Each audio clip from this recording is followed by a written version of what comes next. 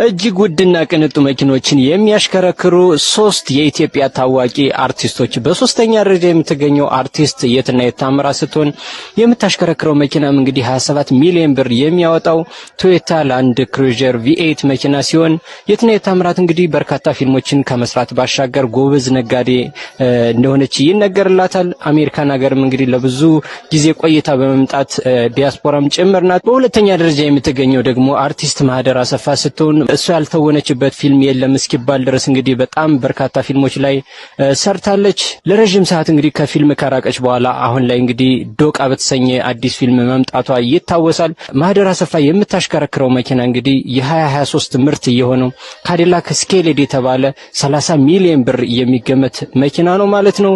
አንደኛውና አስደንጋጩ ክፍያ ከማምራቴ በፊት ቤት በ440 ሺህ ብር እየተሸጠ እንደሆነ ሰምተዋል። ያውም ሁሉም ለመኖር በሚመኛት በሳር ቤት ቫቲካን ኤምባሲ አጠገብ ከ440 ሺህ ብር ጀምሮ ከስቱዲዮ እስከ ባለ 3 መኝታ በተለያየ ካሬ አማራጭ ማለትም ስቱዲዮ በ44 ካሬ፣ ባለ 1 መኝታ በ64 ካሬ፣ ባለ 2 መኝታ በ99 ካሬና ባለ 3 መኝታ በ145 ካሬ እየተሸጡ ይገኛሉ። አንድ አመት ከ10 ወር ጥንቅቅ አድርጌ ያስረክባችኋለሁ ይላችኋል። ከርሶ የሚጠበቀው 10% ቅድመ ክፍያ ብቻውን መክፈል ነው።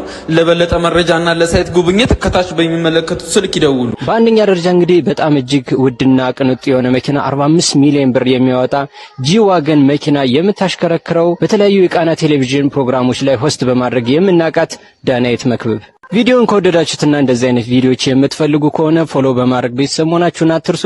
እንዲሁም ይህን ቪዲዮ ኮፒ ሊንክና ሼር በማድረግ ለብዙዎች እንዲዳረስ አድርጉልኝ።